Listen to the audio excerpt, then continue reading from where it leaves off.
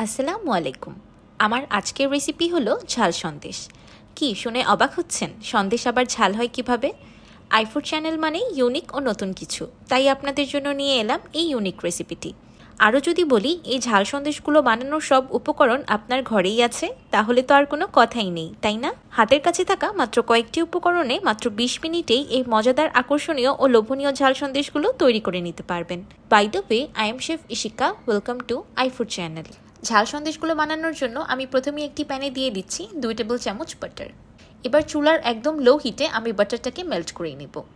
Butter কখনোই চুলার high ফ্লেমে মেল্ট করবেন না, তাহলে বাটার পুড়ে যায়। এবার বাটারে দিয়ে দিলাম 2 টেবিল চামচ রসুন কুচি। রসুন কুচিগুলোকে বাটারে 30 সেকেন্ডের মতো সটে করে নিয়ে দিয়ে দিব 1/3 কাপ পেঁয়াজ কুচি। এবার পেঁয়াজটাকেও 30 সেকেন্ডের মতো সটে করে নেব। আর আপনারা এখানে অবশ্যই বাটারের পরিবর্তে তেলও ব্যবহার করতে পারবেন। এবার দিয়ে দিলাম কুচি করে কেটে রাখা চিকেন সসেজ। আমি এখানে 6টি চিকেন সসেজের স্টিক্স ব্যবহার করেছি। এবার সসেজগুলোকেও বাটারে হালকা সটে করে নেব।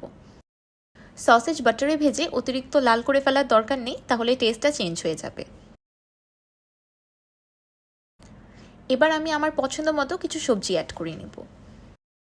প্রথমেই দিয়ে দিলাম 1/3 কাপ গাজর কুচি।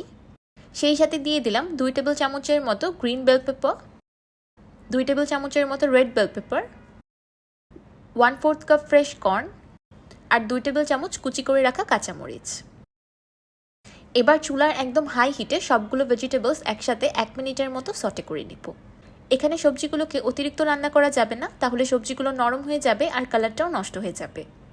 আপনারা ইচ্ছে করলে এখানে চিকেন সসেজের পরিবর্তে বিফ সসেজও ব্যবহার করতে পারবেন। আর যদি সসেজ ব্যবহার করতে না চান, তাহলে এখানে মুরগির বুকের মাংস বা থাইয়ের মাংস ছোট ছোট করে কেটেও ব্যবহার করতে পারবেন। আমার ভেজিটেবলসগুলো রান্না করা হয়ে গিয়েছে। এবার চুলার ফ্লেমটাকে অফ করে দিব। আমি কাছ থেকে দেখিয়ে দিচ্ছি যে সবজির রঙটা এখনও কতটা বেশি সুন্দর আছে। এবার এই সবজি আর সসেজের মিক্সচারটাকে একটি বাটিতে তুলে রাখবো। এই জাতীয় খাবারগুলো কখনোই রান্না করে গরম প্যানে রেখে দিবেন না, তাহলেও কিন্তু কালারটা নষ্ট হয়ে যায়। এবার একটি বড় মিক্সিং বলে নিয়ে নিচ্ছি 5টি ডিম। আমি এখানে রুম টেম্পারেচারে থাকা ডিম ব্যবহার করেছি। আপনারা ইচ্ছে করলে ফ্রিজের ঠান্ডাটাও ব্যবহার করতে পারবেন, কোনো সমস্যা নেই। আর যারা ডিম খান না, তারা এখানে ডিমের পরিবর্তে দই ব্যবহার করতে পারবেন, কিন্তু অবশ্যই প্লেন ইয়োগার্টটা ব্যবহার করতে হবে, মিষ্টি দই বা টক দইটা ব্যবহার করা যাবে না। এবার একটি উইক্সের সাহায্যে ডিমগুলো খুব ভালোভাবে ফেটিয়ে নিব। এবার ডিমে কিছু মশলা অ্যাড করে নিব। প্রথমেই দিয়ে দিলাম 1 চা চামচ চিকেন স্টক, 1 চা চামচ বা স্বাদ মতো লবণ আর 1/4 চা চামচ হোয়াইট পেপার পাউডার। এবার এই মশলাগুলো ডিমের সাথে খুব ভালোভাবে মিশিয়ে নিব। আপনার এখানে চিকেন স্টকের পরিবর্তে চিকেন পাউডারও ব্যবহার করতে পারবেন। আর যদি কোনোটি ব্যবহার করতে না চান, তাহলেও কোনো সমস্যা নেই, কারণ অলরেডি চিকেন সসেজের মধ্যে তো চিকেনের ফ্লেভার আছেই। এবার দিয়ে দিচ্ছি আগে থেকে রান্না করে রাখা সসেজ আর সবজির মিক্সচার। এবার সব কিছু একসাথে খুব ভালোভাবে মিশিয়ে নিয়ে তৈরি করে নিলাম সন্দেশের ব্যাটার। সসেজ আর সবজির মিক্সচারটাকে ডিমে অ্যাড করার আগে হালকা ঠান্ডা করে নিতে হবে, না হলে ডিমে দেওয়ার সাথে সাথে ডিমটা হালকা কুক হয়ে আসবে। এরপর দিয়ে দিলাম 2 টেবিল চামচ কর্নফ্লাওয়ার আর 2 টেবিল চামচের মতো ধনিয়া পাতা কুচি। এবার সব কিছু একসাথে খুব ভালোভাবে মিশিয়ে নিয়ে তৈরি করে নেব ঝাল সন্দেশের ব্যাটার।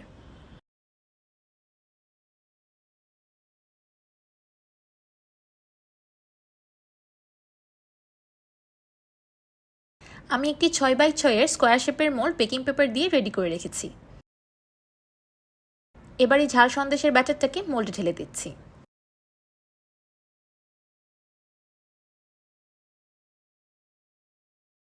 স্প্যাচুলার সাহায্যে সবকিছু চারিদিকে খুব ভালোভাবে ছড়িয়ে দিলাম।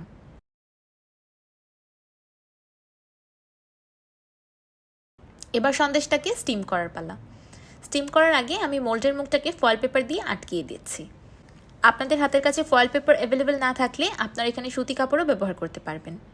সন্দেশটাকে স্টিম করার জন্য আমি একটি প্যানে পরিমাণ মতো পানি ফুটিয়ে নিয়েছি। এবার প্যানের উপরে বসিয়ে দিলাম একটি স্ট্রেনার। স্ট্রেনারের উপর দিয়ে দিব সন্দেশের মোল্ডটি। এবার একটি ঢাকনার সাহায্যে স্ট্রেনারের মুখটাকে অফ করে দিব। এবার চুলার মিডিয়াম টু লো হিটে সন্দেশটাকে স্টিম করে নিব 20 মিনিটের মতো। 20 মিনিট পর সন্দেশটাকে চেক করে নিচ্ছি। টুথপিকটা একদম ক্লিন এসেছে, তার মানে আমার সন্দেশটা পারফেক্টলি স্টিমড। 20 মিনিট পর যদি আপনাদের টুথপিকটা ক্লিন না আসে, তাহলে আপনারা আরও 10 মিনিট স্টিম করে নিতে পারেন। এবার এটাকে চুলা থেকে নামিয়ে ঠান্ডা করে নেব। এই অবস্থায় ঝাল সন্দেশটা খুবই বেশি সফট আছে, তাই গরম অবস্থায় ডিমোল্ড করতে যাবেন না, তাহলে ভেঙে যাবে।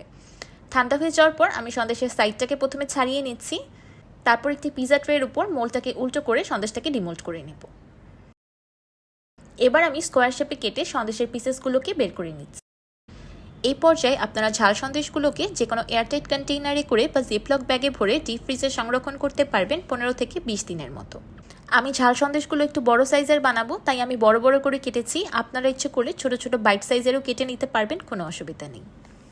আমি একটি সন্দেশ কাছ থেকে দেখিয়ে দিচ্ছি যে সন্দেশটা কত সুন্দরভাবে স্টিম হয়েছে আর দেখতে কতটা কালারফুল লাগছে।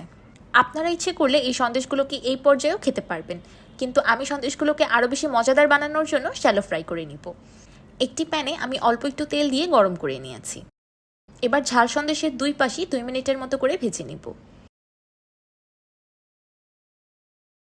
আপনারা যদি সন্দেশগুলো শ্যালো ফ্রাই করতে না চান তাহলে এয়ার ফ্রাইও করে নিতে পারবেন, আবার ইচ্ছে করলে ওভেনে দিয়ে কিছুক্ষণ বেকও করে নিতে পারবেন, তাহলেও বাহিরের আউটার লেয়ারটা ক্রিস্পি হয়ে যাবে।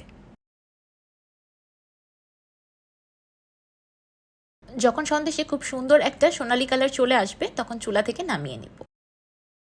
বিকালের নাস্তায় হোক বা বাচ্চাদের টিফিনে এমন ঝাল সন্দেশ হলে আর কি লাগে বলেন তো। দেখলেন তো, ঘরেই হাতের কাছে থাকা কয়েকটি উপকরণ দিয়েই তৈরি করে নিলাম রেস্টুরেন্টে থেকেও মজার খাবার।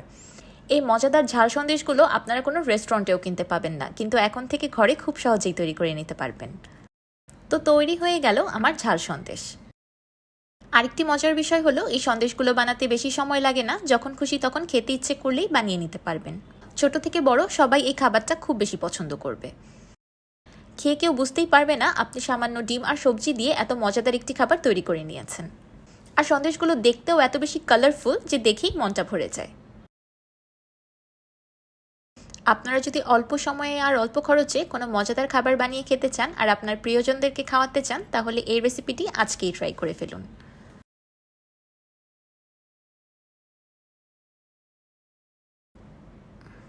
এবার আমি একটি সন্দেশ ভেঙে দেখাচ্ছি। দেখতেই পাচ্ছেন সন্দেশটা ভিতর থেকে কতটা বেশি সফট অ্যান্ড জুসি আর বাহিরের আউটার লেয়ারটা হালকা ক্রিস্পি।